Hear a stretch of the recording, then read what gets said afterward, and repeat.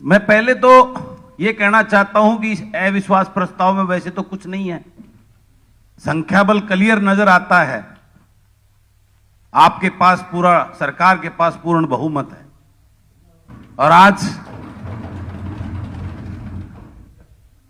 मैं कांग्रेस पार्टी अविश्वास प्रस्ताव लेके आई है। मैं उस कांग्रेस पार्टी के अविश्वास प्रस्ताव के साथ नहीं हूं, किसान के कारण यह अविश्वास प्रस्ताव आ रहा है उसके साथ खड़ा हूं।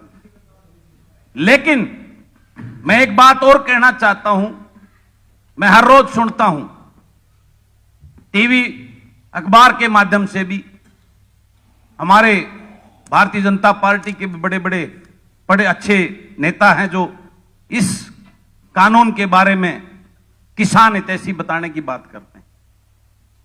आप में से भी बहुत सारे साथियों ने, मंत्रीगण ने इन कानून को किसान हितैषी बताने की बात की है और एक सवाल खड़ा होता है कि इसमें काला क्या है, जरा यह बताएं आप सबकी तरफ से।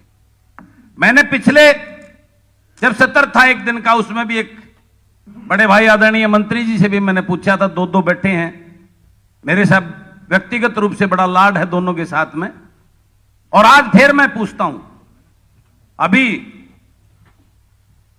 बड़े भाई आदरणीय हरविंद्र कल्याण जी, बड़ा उन्होंने अच्छे किसान हैं, पुराना अपना इतिहास बताया और खुद बताया क्या क्या उन्होंने किसानी का वो किया है। उससे पहले आदरणीय कौरपाल जी ने, ये भी किसान उससे रखते, इन्होंने पूरा वो रखा और किसान हितैषी इन कानून को बताया। भाई जेपी जी ने, बड़े भाई आदरणीय कृषि मंत्री जी ने पूरे विस्तार से और कृषि मंत्री होने के नाते इन कानून पे पूरा अपना विवरण रखा। और अभी गुप्ता जी, डॉक्टर कमल गुप्ता जी ने तो कमाल ही कर दिया कि सारे कानून वही जानते हैं, आप सब हम जानते ही नहीं। मैं सबसे आपसे हाथ जोड़कर एक निवेदन और एक सवाल पूछता हूं और मैं आपको वादा करता हूं। एक मिनट कुंडू जी, एक मिनट राजी, हाँ जी, समय 1 घंटे के लिए और बढ़ाया जाता है। धन्यवाद जी, धन्यवाद। मैं आप सबसे एक सवाल पूछता हूं और वादा करता हूं, इस सदन में इस प्रस्ताव के खिलाफ सबसे पहला जो खिलाफ बात था वो पक्ष में पहला वोट दूंगा, लेकिन मेरे 4 सवालों का जवाब दे दो। मैं जयकारा लगाऊंगा, मैं मोदी जी का पूर्ण रूप से उनके उसका विचारधारा का आदमी हूं। मैं व्यक्तिगत रूप से बात कर रहा हूं, यहां जो बात है वो यहां के सिस्टम के खिलाफ हूं।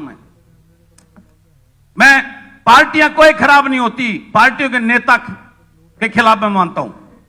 तो मेरा कहना है कि आप सब मुझे एक एक फायदा इस कृषि कानून का मुझे गिना दो, मैं यही सबसे पहले आपके पक्ष में वोट डालने का काम करूं।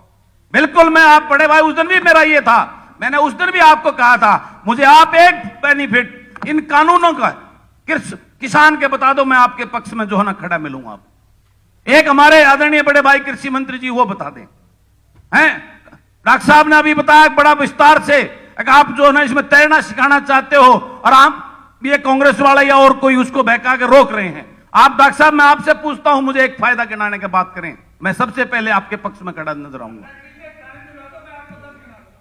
मैं सिर्फ एक की बात करता हूं, एक की बात करता हूं, आप एक की बात करता हूं। मैं आप मेरे साथ में खड़ा बताइए कि वो बाद में बता देना जब ये खत्म हो, सत्र के बाद। तो मेरा कहने का मतलब है, जिस प्रकार से ये, एक मिनट भी, किसान के नाम पर ये राजनीतिक खिलवाड़ बंद होना चाहिए। ये राजनीति नहीं होनी चाहिए। ये कहीं ऐसा ना हो जिस प्रकार से वो एसवाईएल नहर एक मुद्दा बनकर सिर्फ चुनावी वोट लेने के लिए मुद्दा बन जाए।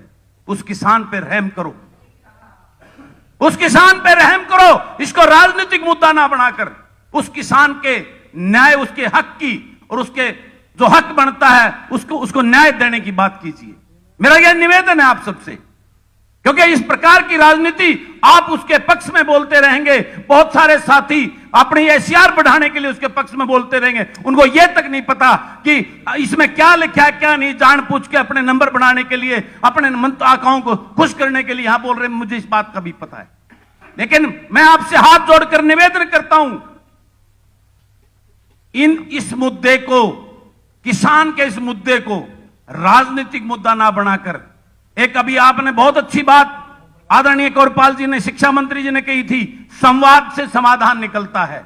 तो मैं आप सबसे हाथ जोड़कर विनती करता हूं, आप सत्ता पक्ष में बैठे हो, आदरणीय मुख्यमंत्री जी बैठे हैं, उस संवाद का रास्ता बंद क्यों है, उसको चालू करिए ना और उससे समाधान निकालने की बात कीजिए। समाधान में हम आपके साथ खड़े हैं, अलग नहीं हैं, लेकिन इस प्रकार से आज जिस इतने दिनों से संवाद बंद होकर और किसान की कोई सूद बूद लेने वाला नहीं है, उससे किसान के दिल पे क्या बीत रही है। हर रोज हमारे किसान वहां पे मरने का, उनको मर रहे हैं, उनके दिल पे क्या, उनके परिवारों की सोचिए। आप इस प्रदेश के मुखिया हैं, आज इस प्रदेश की सरकार सत्ता में बैठी है, वो हमारे प्रदेश के नागरिक हैं, उनके परिवार के बारे में, उनके बारे में चिंता कीजिए। मैं ये निवेदन करता हूं आप सबको, ये राजनीतिक खिलवाड़, ये राजनीतिक खेल बंद करके हमें उस किसान के हक की, उसके साथ न्याय कैसा किया जाए, इस बात पे चिंता करने का जरूरत है।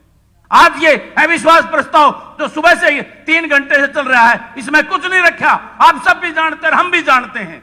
30 वोट कांग्रेस की हैं, मैं किसान के लिए मैं 1 वोट मैं दे दूंगा, 1 वोट भाई सौमिर सांगवान जी दे देंगे, उससे आगे तो कुछ नहीं है। आपके पास पूर्ण बहुमत है, 36 संख्या बल आपके, 56 संख्या बल आपके पास है। लेकिन जो विषय जिसके लिए हम टीवी में दिखना चाहते हैं, मैं चाहता हूं जनता को बेवकूफ ना बनाएं, जनता के साथ हम गुमराह ना करें, हम उस किसान के हक की, उसके मुद्दे की बात करें, उसको न्याय दिलाने की बात करें। यह असली विषय आता है। इस सदन में लोग हमारे को इसलिए भेजने का काम करते हैं। तो मैं हाथ जोड़कर आप सबसे विनती करता हूं कि आपसी खिलवाड़, आपसी नोकझोंक, आपसी टोका टोकी, एक दूसरे पर लांछन लगाना बंद करके उस किसान को हक कैसे दें, उस किसान के साथ न्याय कैसे करें, इसके ऊपर हमें सदन में चर्चा करनी चाहिए। अगर हम सब मिलकर किसान के हक की बात करेंगे, हम सब कंधा से कंधा मिलाकर आपके साथ चलने को तैयार हैं। हमें ऐसी राजनीति नहीं करनी जो किसान के नाम पर राजनीति करें। हर रोज हमारे किसान मर रहे, इतने दिनों से वो बैठे हैं। मैं आपसे निवेदन करता हूं, इस खेल को बंद करके उस किसान की चिंता करो, जिसको यहां बैठे 90% साथियों को उस किसान मजदूर ने अपनी वोट देकर सदन में भेजने का काम किया है, और हम एक दूसरे पर लांछन, उनका मजाक बनाकर ये खेल कर रहे हैं। धन्यवाद बलराज जी, बहुत बहुत धन्यवाद। तो मैं आप सबसे पुनः अपनी बात को खत्म करते हुए पुनः मुख्यमंत्री जी को और सत्ता पक्ष को और सभी बैठे यहां साथियों को निवेदन करता हूं, उस किसान की चिंता करके उसका हल निकालने की बात कीजिए। धन्यवाद। श्री अनूप धानक जी।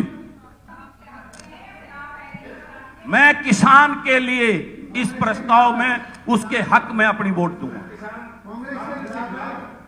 धन्यवाद अध्यक्ष महोदय। कांग्रेस के लिए नहीं, किसान के लिए।